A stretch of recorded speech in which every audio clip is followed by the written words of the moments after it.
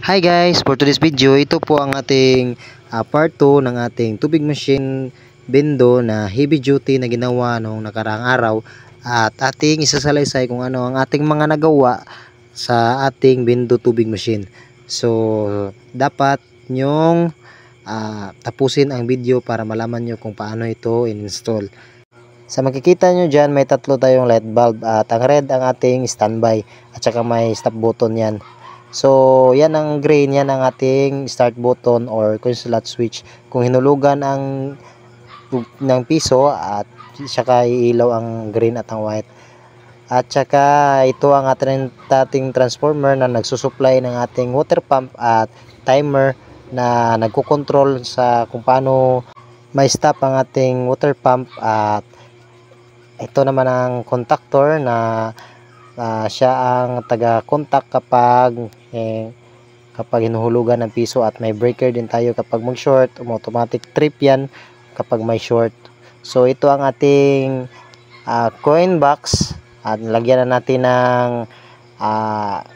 lock at saka bisagra, at saka yan ang ating coin slot switch at saka coin slot na huluganan, at hulugan natin kung gaano karami ang kanyang tubig. So ayan, halos mapuno ang isang bottle. So piso lang, tapos malapit mapuno ang isang bottle.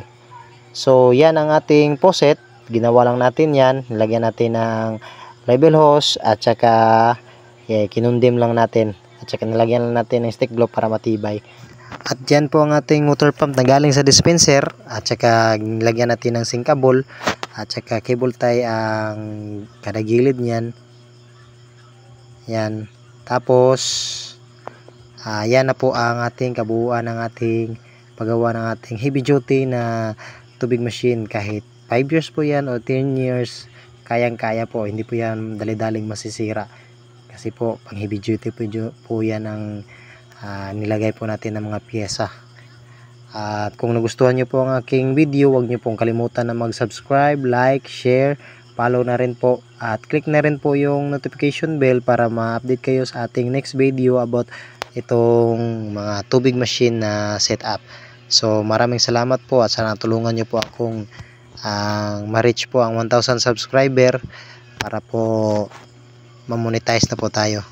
At sa tumapos po ng video, maraming salamat po and God bless us all. Thank you po sa panonood.